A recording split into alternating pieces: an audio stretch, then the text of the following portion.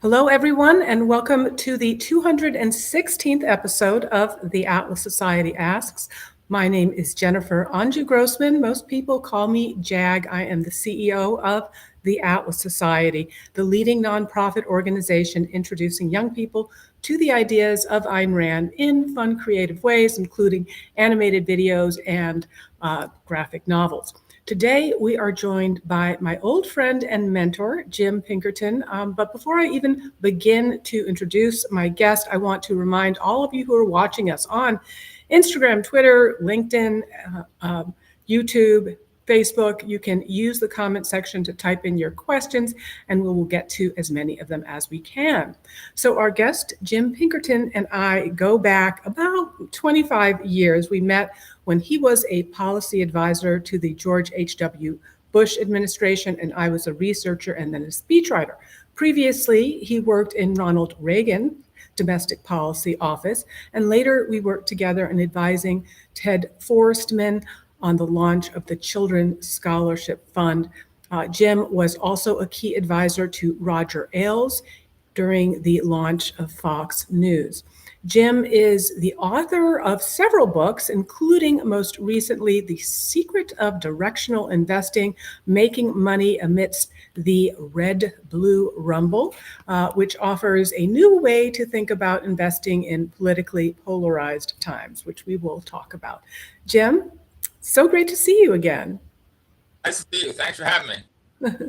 So we are definitely going to get into the secret of directional investing, but you've had such a unique and, dare I say, directional perch in American political history for the last 30 plus years that I'd be doing our audience a disservice if I simply glossed over it. What elements in your early life contributed to your interest in politics and public policy? I was always a news hound. I mean, from the age of about 10 or 11, I just read the Chicago Daily News every day. And I found, I just sort of piecing together, the fate of the Johnson administration or the Ford administration, just sort of, I just found it interesting and kind of compelling and consequential. It made a difference whether or not we were fighting in the Vietnam War or whether or not we had an energy crisis. And so I always say, to people starting out who want to get into politics, do the one heart, read the news every day. So, a key moment in my upward mobility in the Reagan campaign back in 1979 came when I was just a volunteer, driving papers. This is sort of the pre-fax era, and I drive papers around, just write documents. And then somebody came into the room where we were just sort of sitting around eating pizza and said, which one of you knows who Robert Byrd is? Raised my hand, the Senate Majority Leader from West Virginia for the Democrat. And they said, okay, come this way. And I was promoted at that moment from pizza deliverer to answering letters. And that was how I got going. So just actually have some facts and knowledge and details in your head, and you're on your way. Would it be fair to say that Lee Atwater, the former Republican Party chair, was a mentor to you? And such a fascinating character. What was that relationship like? Well, I mean, he was a fascinating character.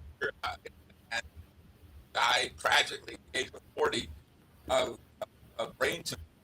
I worked for him for 7 years, from 1982 to 1989 or 88.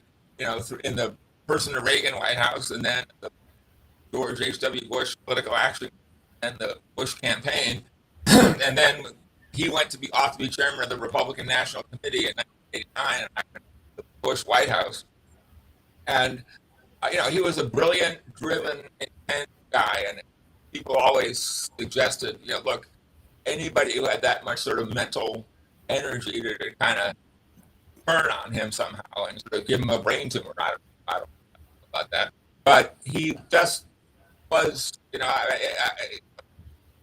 results speak for themselves. The 1984 and 1988 presidential campaign were 2 Republican landslides.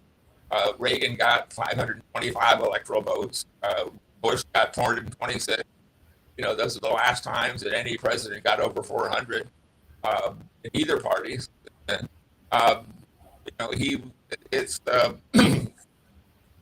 he had a flair for popular culture.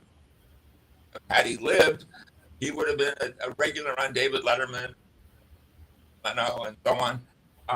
It was a tragedy, and just definitely gives you pause as you think about life and fate, that somebody so brilliant, so dynamic, so energetic can be dead at 40.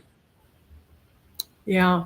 Well, even within that very first Bush White House, you had a vision of a new paradigm for government, which you ultimately presented in your first book, What Comes Next, The End of Big Government, and the New Paradigm Ahead. That was back in 1995. Are there lessons therein that could continue to inform a more user-friendly approach to public policy today? Well, I was, when I wrote that book and gave a speech on the new paradigm in 1990, Bush White people in history Google all this stuff and find it. I was very influenced by the restructuring and changing I saw going on in corporate America, and I was struggling to kind of understand, what was happening as we shifted. And so in those days, one nice perk about the White House is you call somebody like Alvin Toffler up, and invite him to lunch. And it took a couple months, but he turned up, and we had a nice lunch and talked about these things. And one of the books that I was just sort of groping for some way of kind of understanding what I was seeing, I had read the Thomas Structure of Scientific Revolution in high school, and I understood about every third word. I mean, it was dense, slow. He was a brilliant guy. I was the one who was dense and slow. And in the pre-Wikipedia era, he makes some reference to some chemistry or Boyle or Harvey or somebody, and you have to kind of struggle to figure out what they're talking about without just was slow going. But I kind of knew that it was saying something important. And so then during the Bush 41 days, I got the book again and reread it. I got to page 167, and he was talking about the old paradigm. This is June now, about the old paradigm of of Ptolemaic astronomy, which held that the sun revolves around the Earth, and how that was just completely corrupted by the 15th century intellectually, because it just wasn't explaining where the celestial bodies were. And Hume said that the state of astronomy in pre-Copernican Europe was a scandal. That word just jumped out at the page on me, a scandal. And I said, well, that's kind of what we're seeing now. We have this horrible scandal of a giant government that's incompetent. And one of the incidents of 1989 was several incidents. One was, of course, the collapse of the Berlin Wall, which kind of put the last nail in the coffin, hopefully, of European communism. Another was the violent case of Central Park, where this poor girl was jogging and was mugged and raped by these criminals. And I thought, well, here we are in New York City, the heart of the welfare state and all generosity and John Lindsay and everything. And this horrible thing happened, and nobody in charge can sort of explain, well, how could we be this generous and kind and so on, and yet in return, this utter criminal viciousness. And again, the word scandal just came to me again and again as, okay, what we're seeing is a scandal. And so I said, well, what can we do about that? And that was what you think about the new paradigm, which again is an homage to Kuhn. And of course, the word itself goes way back to Greek.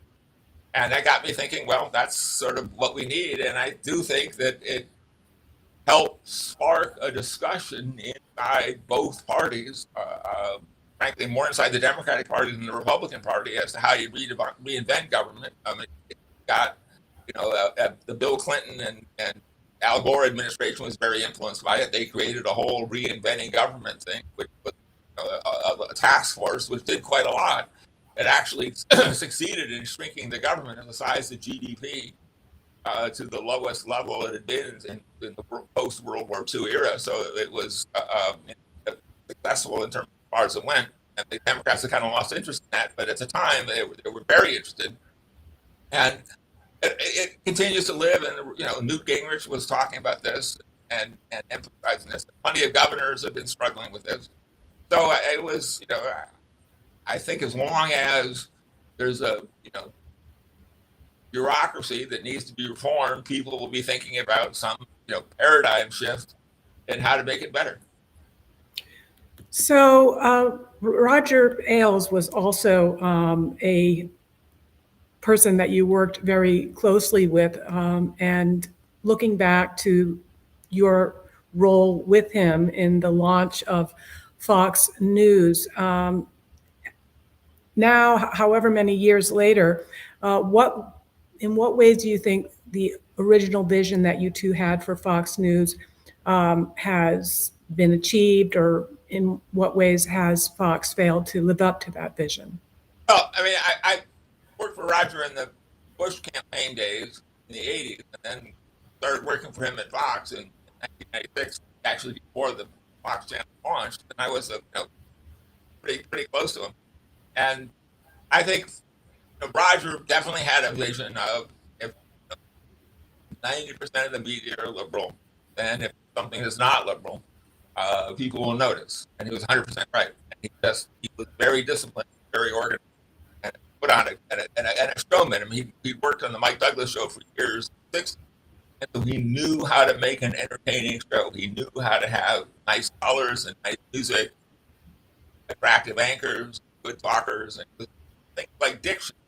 He was conscious of it. He was the blue collar guy, but his mother had sent him to elocution school, 8 or 9, just to make him talk like a sort of the mid-Atlantic accent that people used to try for. So he had a sense of all the elements that make a good show, and then he said, "We're going to zig when they're zagging, or zag when they're zigging, whichever." And he made Fox a very, very, incredibly successful and the most powerful name.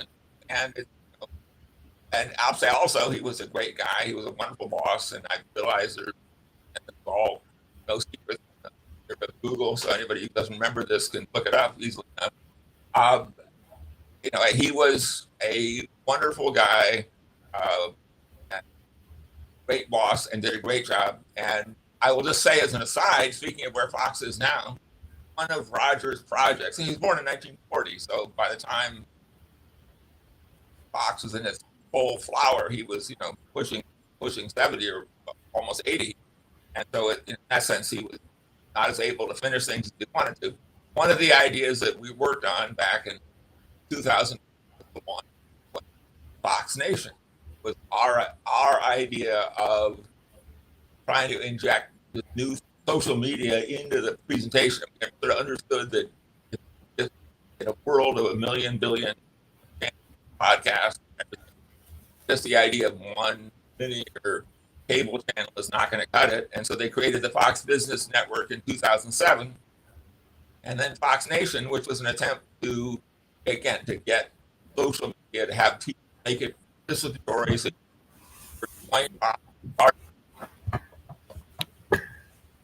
we didn't know about Twitter back then, or X, but we certainly understood people.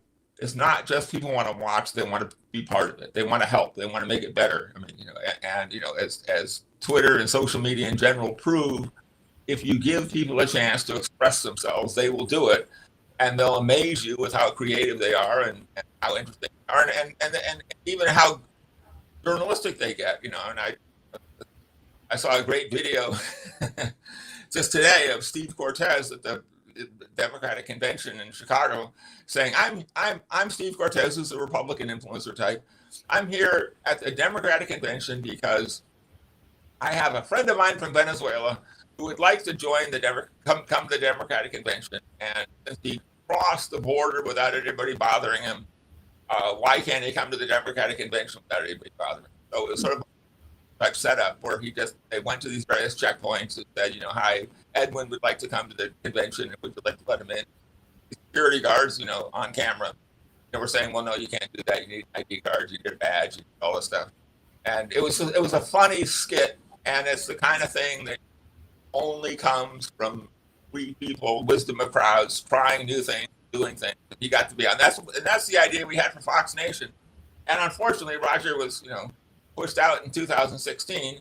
And now, frankly, without that kind of vision that he had, Fox Nation, anybody watches it, is just a bunch of reruns and filler and sort of low rent specials and stuff.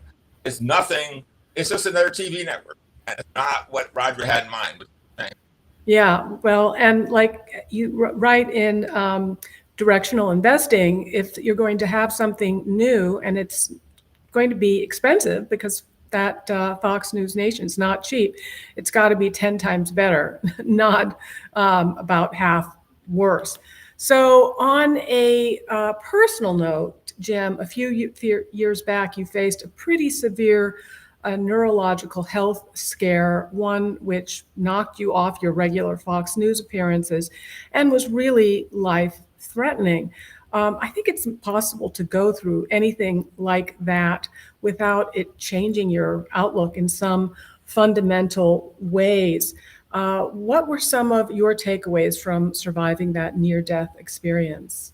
Diagnosed with an acoustic trauma, which is a sort of autoimmune thing on my left acoustic nerve, and I was just born with a bad right ear, and so my left ear was the only really good one I had.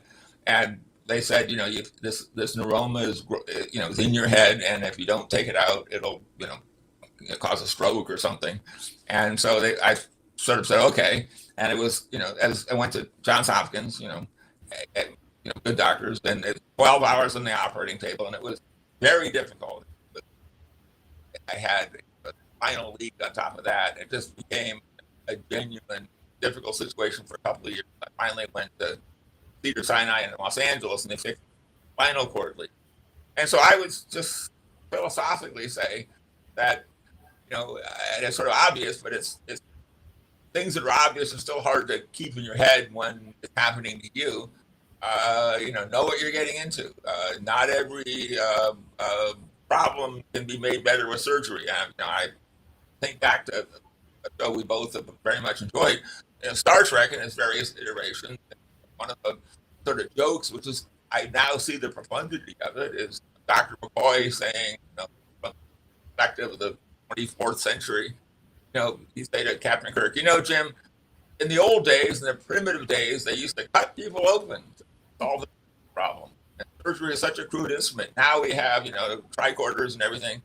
And, it was fiction, science fiction, but it sort of pointed toward, where we're headed, which is the realization that, cutting somebody open to do something is not nearly as good an idea as whatever other solution with lasers or radiation or nanobots or just chemicals or whatever.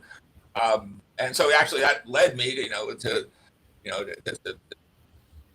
shift gears a little bit, to think about how you get more innovation and imagination into a field, which again takes you back to Kuhn. I mean, the whole point of Kuhn is, a new paradigm comes along and it disrupts the old paradigm. And that's why the old paradigm hates it. The Nobel Prize winning physicist Max Planck have said science evolves, one funeral at a time. And the old scientists have to die, and they take their old idea with them, and the new scientists come along. It's kind of a romantic, Nietzschean, Randian kind of point about the new figure comes along and does this. And so, because I am kind of public policy minded, I think to myself, well, how do you create a framework? How do you create a system that makes it easier for entrepreneurs and visionaries, innovators to do their thing? And that requires, personally, you can't kill them, and you don't want secret police and stuff. And then you think to yourself, what else can you do to make a more welcoming environment? And so I in the book, The Directional Investing, I take the case of Nevada. And back in 1931, Nevada, Las Vegas had a population of 5,000. You could buy an acre of land on what was then called U.S. Highway 15 for $70. And then legalized gambling in 1931. And, today, metro area of Las Vegas is 2.2 million. What's now called the Strip is, $30 million. And, again, gambling is not everybody's cup of tea, but you have to admire the vision of the people who said, here's deserts and tumbleweeds, and how do we now turn that into, glittering casinos and entertainment, and this, the sphere, if you've seen that, this 300-foot high thing, which is a sort of an astonishing engineering marvel. And it's, you don't have to pay anything. You just stand outside and look at it and watch it. It's pretty fun, let alone go inside it. And this is, everything that Ayn Rand thought about in terms of what people can accomplish if they're allowed to, or if they make it, they insist on doing. And I would now then say, let's apply that to other fields too. If Nevada could prove sort of the liberty enterprise zone concept with gambling, what could some other place do with, on behalf of medical innovation or cryptocurrency or AI or whatever, if the entrepreneurs and visionaries were free to do so? And that's really what kind of got me thinking about this, because I would love to see more medical innovation that doesn't involve surgery. Right. I can imagine. Okay, we're going to dive into the book, but I want to get to a couple of these clever questions from the audience. Candace Morena, as always, great to see you. She asks, what news stations do you, Jim, listen to today? Is it still mainstream outlets, or do you get your news elsewhere? I really find, I used to say that the Drudge Report was my homepage, and and now I find myself, I go to Twitter and start looking around. I check my email.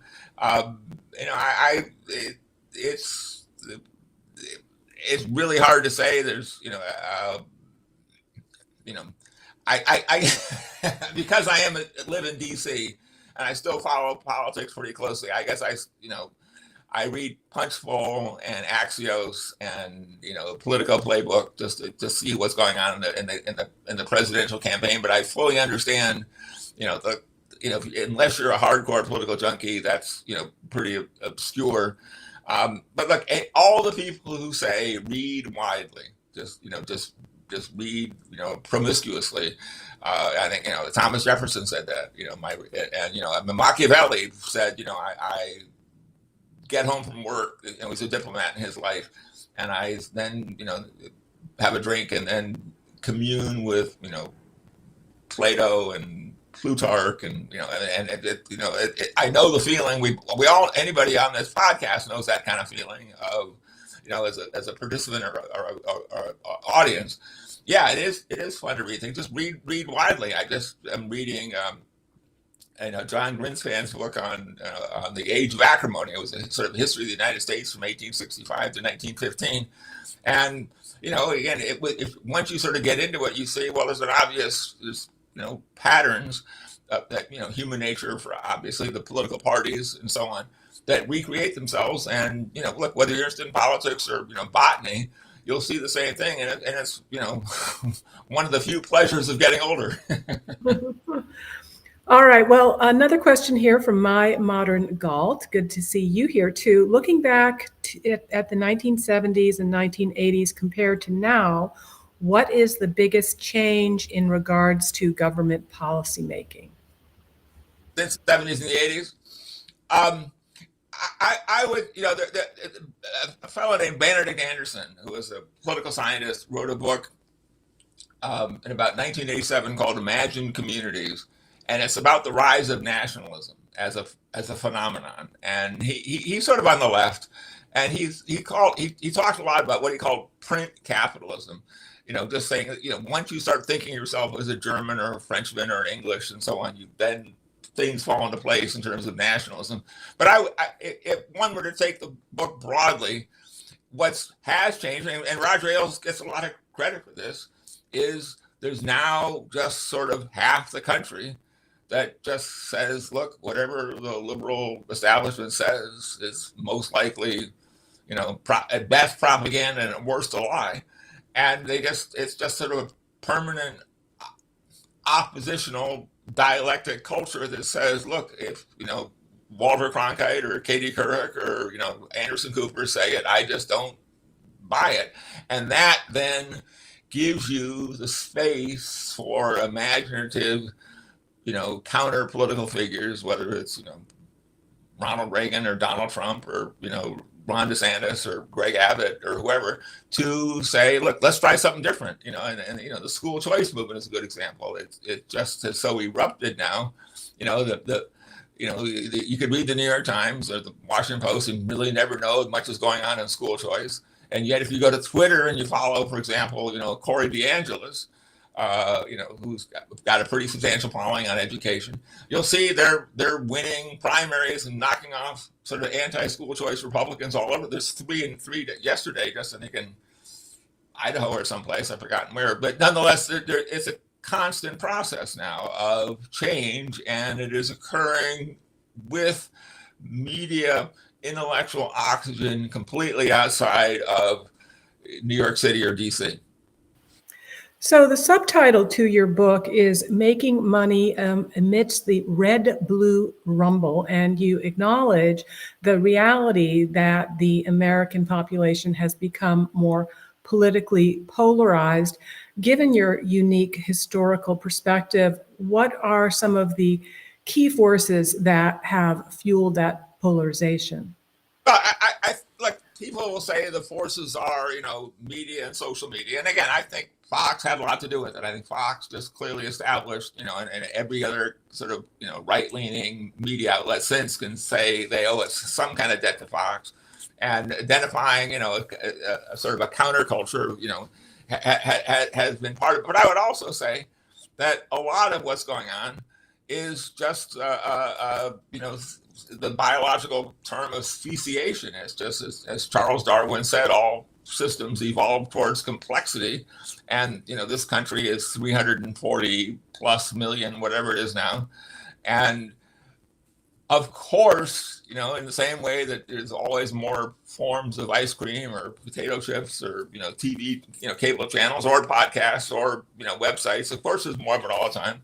There's just a proliferation, and it gets to be sort of too big to manage and too big to, diversity is real, and diversity includes, even better ideology and thinking and, conscience and so on. I wrote a piece for Real Clear Politics last year, and I said, look, America is so successful. It's time to split the stock.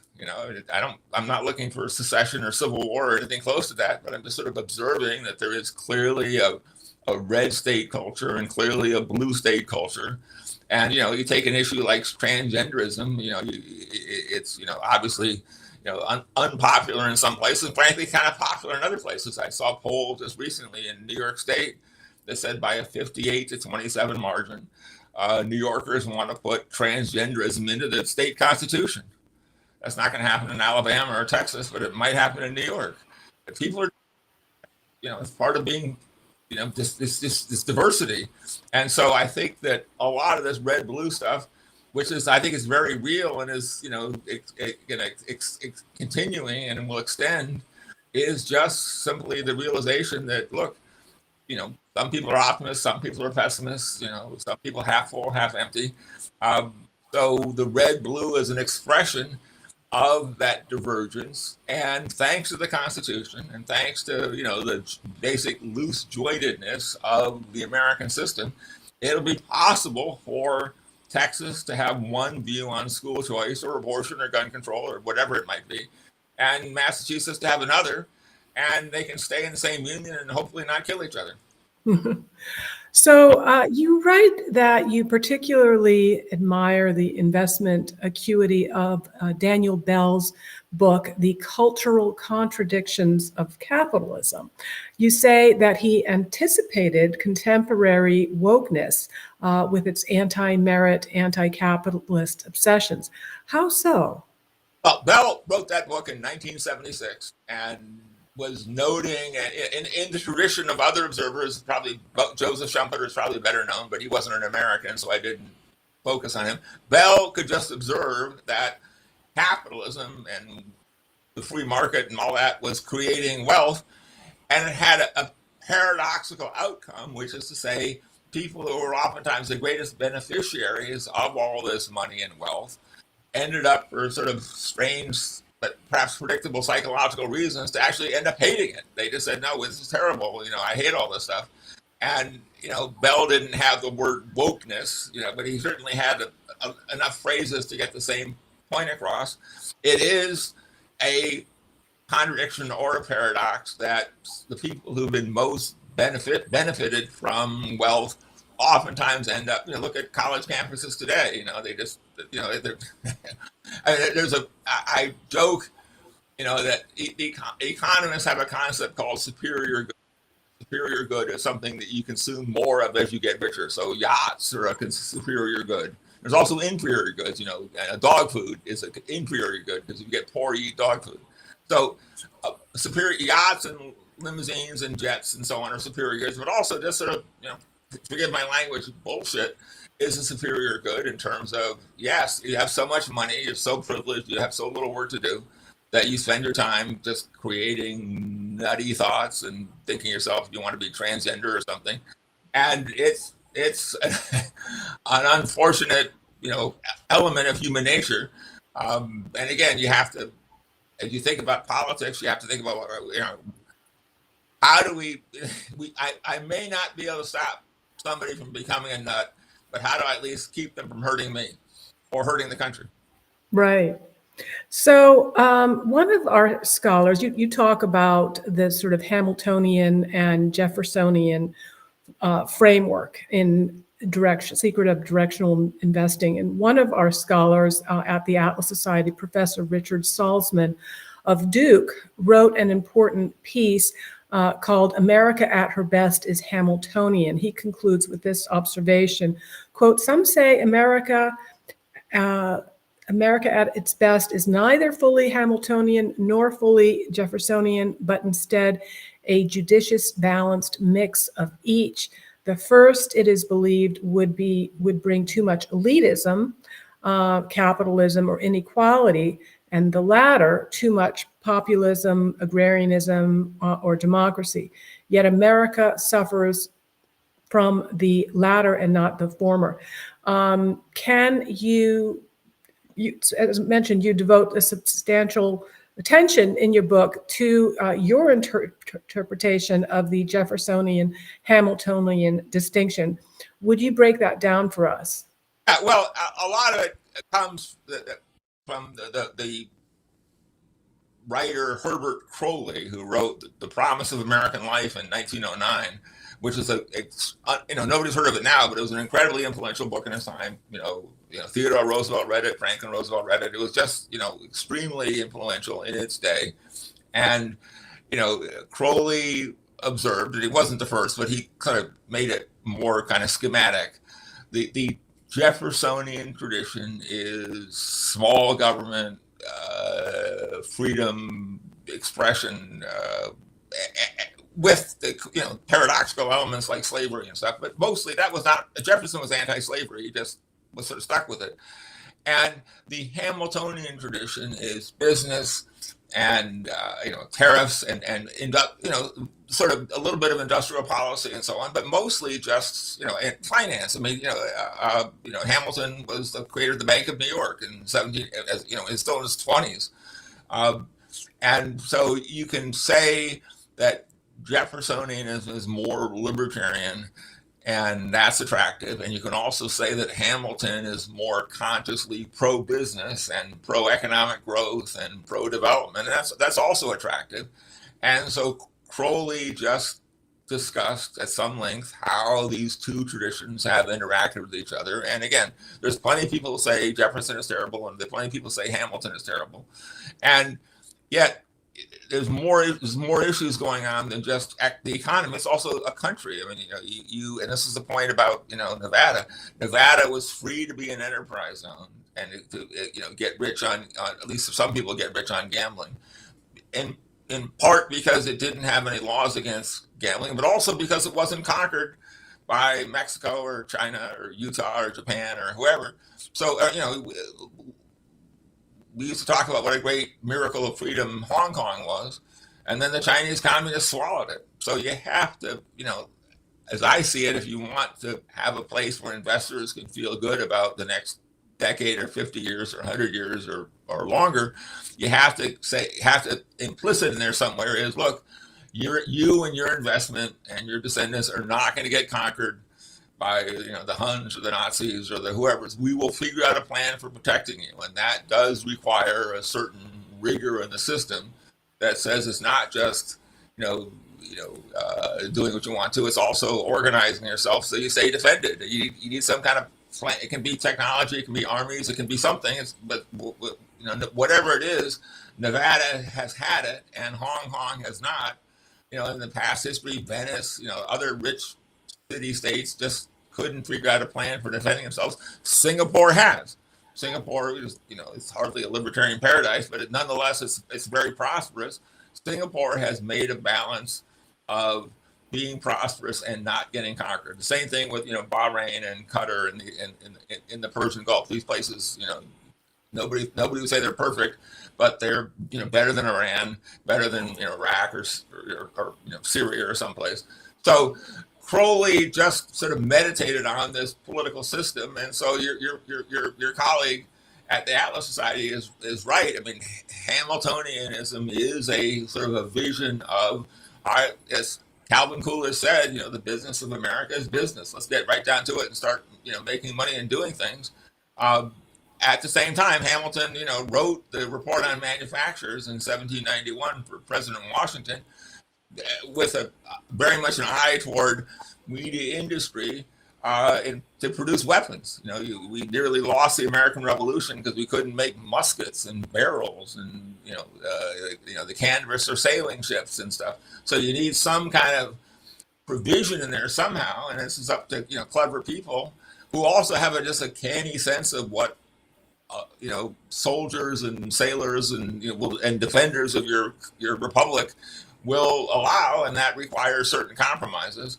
And it makes a fascinating, endless discussion on this intertwining of both business-like Hamiltonianism and sort of laissez-faire Jeffersonianism. So, what is blue Hamiltonianism? Well, I mean, again, Hamilton was, focused on technology, and that was part of it. And so now, as I write in the book, I have a whole chapter called Blue Hamiltonianism, and I compare blue Hamiltonianism to red Jeffersonianism. Again, these are, you think about the difference between, the state we're both from, Massachusetts, and Texas. Massachusetts puts a huge premium on education and has, great schools like Harvard and MIT.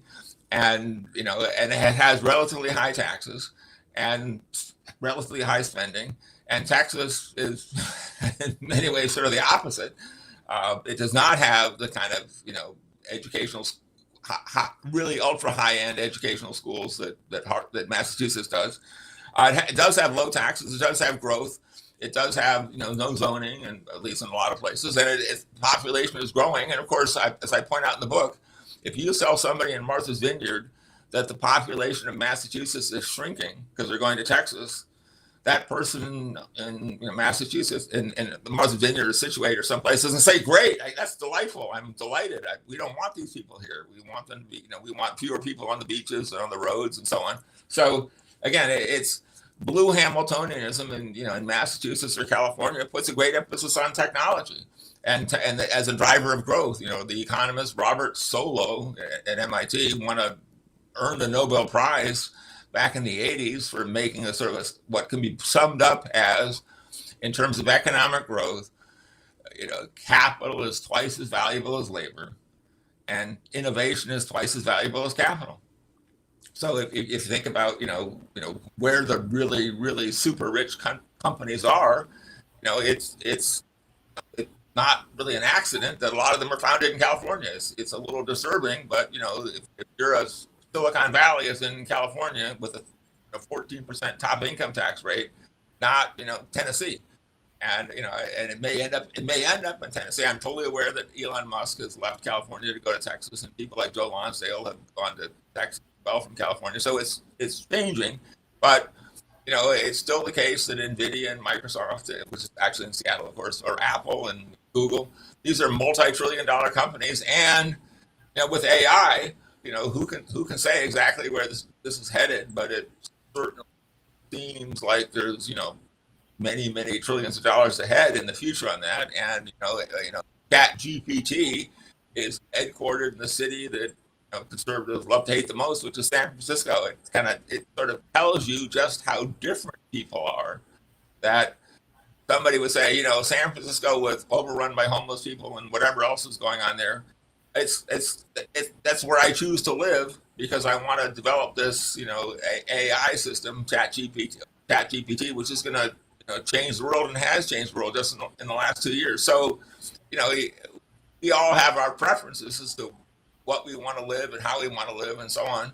And, as a science fiction writer, Larry Niven, said the thing you have to understand. I asked him once, what lessons did you learn from decades of writing science fiction? And he said, people who are just as smart as you think the opposite. True. Well, I'm also very happy to recount that Larry Niven is a supporter of the Atlas Society. So you mentioned Corey DeAngelis earlier and the wins in school choice sweeping the country. And as I mentioned in the intro, you and I both worked together on an early school choice project funded by Ted Forstman and John Walton to offer educational private vouchers to inner city families. I'd love to get your retrospective on what that approach got wrong, what approach got right, and more importantly, how the school choice legislation currently sweeping the states might provide opportunities for directional investing in the future. Oh, the school choice, and Jennifer, you were right in the middle of it with Ted and John, and I mean, you really were a major protagonist yourself on that score. They were right. I mean, school choice is a great idea. School vouchers, to be more precise about it. It was hard slogging, that's for sure. It's an idea that's been. I think Milton Friedman either came up with the idea or close to it came up with it back, probably in the book Capitalism, Freedom from about 1962. And other figures who deserve some mention, like Christina Culver, who we both know from Washington days, in decades past. They've been in the trenches on this issue for a long time, and the enthusiasm for the issue has sort of ebbed and flowed, but some people stuck with it, and now we really are. But I guess one little sort of wrinkle is that a lot of the children's scholarship fund, going back to the mid 90s, I guess, was oriented on the inner city.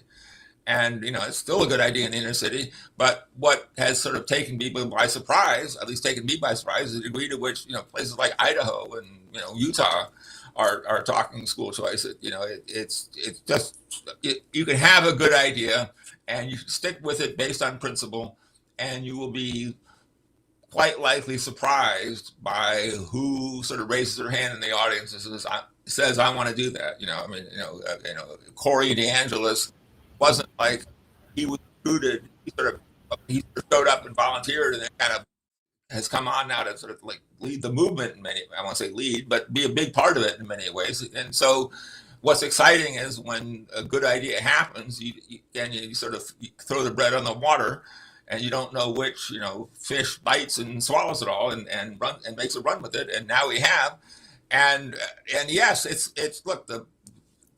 K through 12 education budget is $1 trillion, give or take, and so as we move toward vouchers, and as we start to think about the ability to think about entrepreneurially and creatively, whether it's for profit or nonprofit or anything in between, is just infinite. That much money should have every smart person. And frankly is in many ways, smart person saying, I have some angle on this, whether it's in education, pedagogy, or AI, or technology, or something. It's exactly what you would want. You're having now sort of Cambrian explosion of thinking about how this stuff can be made better. And it just, the only thing I can say is it took a while. Yes, things do take longer than one might expect. And actually, Corey DeAngelis was a previous guest on this podcast, so perhaps we can put the link to that interview in the chats. And in the chats on YouTube, Mark Thomas asks a question for Jim. Where can we find more of your work? One book or article of yours that you would recommend. Of course, we'd recommend the book that we've been talking about, The Secret of Directional Investing, How to Make Money Amidst the Red-Blue Rumble. But otherwise, Jim, what's the best place to find your work or any of your key pieces that would be a good next step for this audience? Twitter at Jane C. Pinkerton. And I'll give you one point that I didn't put in the book because I wrote another book on this. I co-authored a book with a woman named Joyce Starr, on Gaza, and I said, look, they're called create Gaza to build peace, protect Israel, and the argument of the book, and this is something I was thinking about for the Directional Investing book, and I just decided to left it out. It was sort of too out there.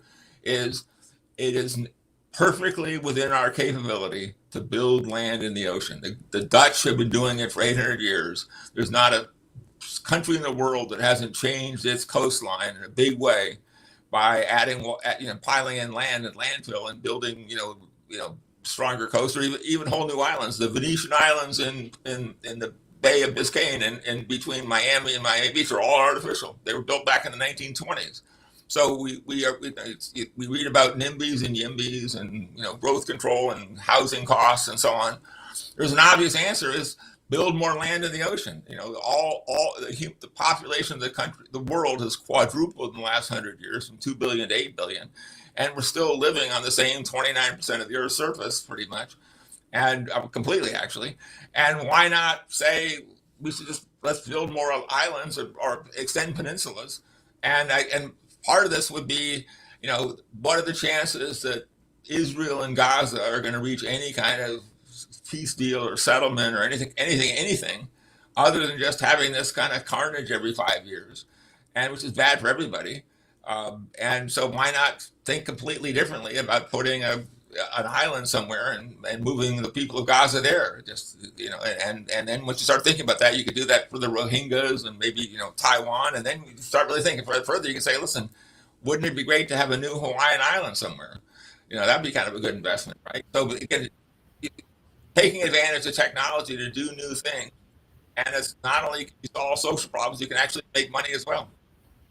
So in addition to this outside of the box idea of building more developable land here on the Earth's surface, Elon Musk and others have talked about the possibility of humanity leaving the cradle of Earth and becoming a multi-planetary species. And of course, another intellectual partner of yours was thinking about this much earlier, and that's Newt Gingrich. And in the book, you share his longstanding advocacy of space-based economic development going back to the early 1980s.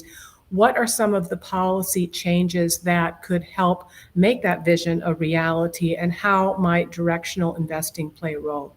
Oh, I mean, what Gingrich did, back in 1984, when he was in the minority, the Republicans were in the minority in the House back then, but he worked with a Democratic congressman named Daniel Akaka from Hawaii, and to speed up the space launch business. In the early 80s, NASA had stagnated. It hadn't really recovered from, and it never really has, I suppose, from, the moon launch, from the catastrophic success of the moon launch, was then made NASA kind of a sleepy agency. So in the early 80s, we were only launching about 5 commercial satellites a year.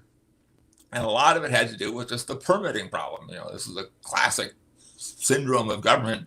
In the early 80s, there was something like 35 different government agencies that had some piece of whether or not a commercial space launch could happen. a permit kind of thing.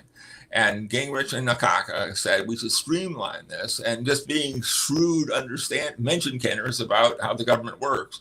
They said if we sent NASA, it's kind of hopeless, but if we centralize authority over space launches in the office of the Secretary of Transportation, we can make it better. Again, Secretary of Transportation in many ways, the Department of Transportation is just another giant, incompetent government agency. However, it's also true that the actual person who is the Secretary of Transportation tends to be a pretty good political operator. It's just the way it works. It's attractive to people who sort of want to be on the news a lot and do things. And so whether you love him or hate him, Pete Buttigieg or Elizabeth Dole or Drew Lewis going way back, they tend to be sort of good operators. And so they put the launch authority under the Commercial Space Launch Act of 1984, passed by a Democratic House and a Republican Senate, and signed by President Reagan in October of 1984, put the authority for space launching in the office of the Secretary at DOT, and the number of space launches jumped. And so we went from 5 to launches a year, give or take, in the early 80s, like 130 last year. And it's been an enormous success. And look, Elon Musk deserves all the credit in the world for his own genius and vision. He's a character straight out of some Ayn Rand novel, for sure. But you also need a team, and you also need a framework of some kind that lets you do this. It doesn't have the KGB, landing on top of you. And Gingrich gets a lot of credit for this. And, it was probably, maybe even his greatest achievement. If you think about how important space will be, I'm completely with Musk on the value of being interplanetary and so on. And now there's other challenges coming. I mean, and that's a great, it's straight out of, Atlas Shrugged or something, where just in the last few months, Jeff Bezos of Amazon, who has his own space company but has not been anywhere near as successful nowhere near as successful, is gotten less interested in building rockets that will go to space or orbit, and more interested in convincing the Federal Aviation Administration to deny Musk permits to launch. It's so randy, and you can't even stand it. And that's what Bezos is doing now. He's trying to convince the Biden administration to yank the permits for Musk to launch rockets from Cape Canaveral in Florida because of the piping plover or something. And they're trying to do this to Musk too in Texas, at the Fish and Wildlife Service.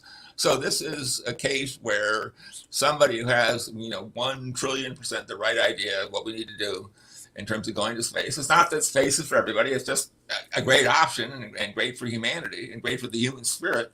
And meanwhile, others are trying to, kneecap him, sabotage him with, red tape and green regulation. And as I have written several times, this is a wonderful opportunity for, Governor DeSantis in Florida or Governor Abbott in Texas to say, we reject the ability of the federal government to do these things. It would, be a court case, that's for sure. But I think, given the Chevron decision and a dozen other Supreme Court decisions in the last few years, I think there's the opportunity for a major, heavy rethink on, the ability of federal bureaucrats to regulate these things. I think it's fair to say the environment would love to put, Musk out of business, and that the fact that it killed this, space exploration, I don't think they care. I think they'd say that's probably just as well. And obviously, other people, including us, think differently, and so it becomes a political project to make sure that the environmental impact statements don't destroy this industry or send it to China. So in reading The Secret of Directional Investing and thinking about Ayn Rand and objectivism, one commonality is the crucial role of the innovative genius, the John Galt, if you will, in driving prosperity and progress. And I was reminded of that as I was rereading Rand's chapter 7 in Atlas Shrugged, entitled The Moratorium on Brains. The chapter contains the horrific Taggart Tunnel crash, in which Rand invites us to consider the consequences of bad ideas and demonstrates how, when capable operators are demonized, they withdraw, and in the absence of capable operators, operations fall apart, hence the tunnel crash. What were some of your takeaways from Atlas Shrugged and Rand's philosophy of objectivism more generally? Oh, I mean, obviously, we Galt and Musk, are clearly in the same general realm of just, I really don't care what you think, but or Howard Roark, I really don't care what you think, I'm going to do it. And, Musk is just a living, manifestation of that. I think also, look, we think of, in terms of incompetence, if you let a system get incompetent, you let a system be overrun with, Wesley Mooches and so on, you end up with, from, Atlas Shrugged, Starnesville, right? You end up with a place that just kills itself on, high taxes and regulation for bureaucrats or something. And you end up, look what's happening to the city of Chicago right now. And just in the last 5 or 10 years, it's had these terrible mayors. And, it's just, the phrase, from Sam Francis, a controversial figure from, sort of the paleocon right, it's anarcho-terrorism, anarcho-tyranny. The government, look at it, what's going on in England, or the UK. They don't care about crime. They don't care about open borders. They do care if you say tweet or you go pray in front of an abortion clinic or something. Then they lock you up. It's crazy, and it just begs for a pretty substantial paradigm shift to use the phrase. When I think we're seeing it. I think I wrote a piece for the American Conservative a few weeks ago, just saying that Trump, emphasizing deal making, and the example I cite, there's a whole chapter in the book on this, is thanks to new technology and thanks to better discovery, we now realize that the total value of oil and gas is 336 trillion, not billion, trillion. And that's 10 times the GDP and 10 times the national debt and so on. The fellow Julian Simon, who's definitely a fellow traveler with us on this, wrote a book in 2002, I think posthumously, called The Ultimate Resource. And he said, look, we're not running out of any kind of resource you can think of. And in fact, look, I love going to space. I think it's cool. But I'll just point out that there were 131 major oil discoveries last year around the world. In addition to the 336, it's not that the United States is uniquely blessed on oil and carbon fuels. It's just everywhere. And that's kind of the point. And we've never had an oil well go deeper than 5 or 6 miles.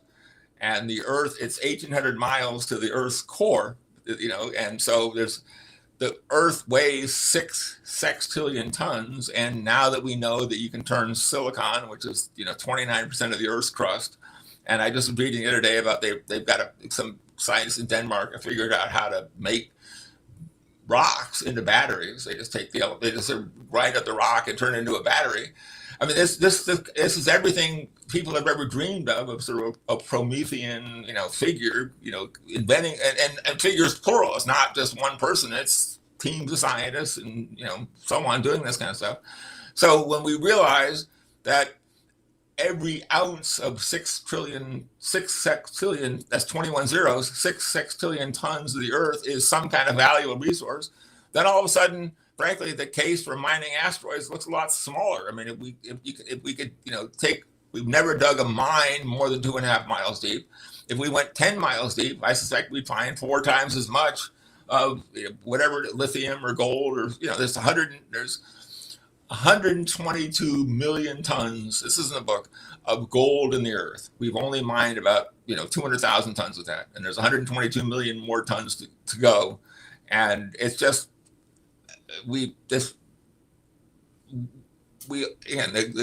Greens and the Malthusians and sort of these budget balancing bean counters have tried to sort of persuade us we're in some era of limits. I mean, you and I are grew up with the energy crisis and shortages and all this kind of stuff. The shortages weren't real; they were imposed on us. And it frankly, this is one, Trump in his speech in Milwaukee and since has said, look, we have liquid gold, we have it everywhere, and we should be using it. And if we need to do carbon capture or something, which we can, I mean, carbon is no poison. It's the fourth most prevalent element in the universe. And it's easy to see a system where we have, using carbon fuels and provide all the energy we need, and then capturing the carbon and turning into plastics or wood or pharmaceuticals or nanotubes or also landfill, all sorts of things. And that's just one source of energy. I mean, there's nuclear is, clearly. So many more. And we could continue to talk about this. And I'm sorry we didn't get to talk about the election, because I would have loved to hear your thoughts on that. But we are out of time. We'll have to do this again some other time. So thank you, Jim. This has been fantastic. Thank you. And thanks to all of you who tuned in and asked such great questions. Again, sorry we couldn't get to all of them. Of course, if you enjoyed this video and all of our other programming and content at the Atlas Society, please consider making a tax-deductible donation at atlassociety.org/donate. And be sure to tune in next week when I will be at Burning Man, but Atlas Society senior scholar Richard Salzman and Robert Trzynski will host a webinar on the ethics, economics, and politics of immigration. We'll see you then.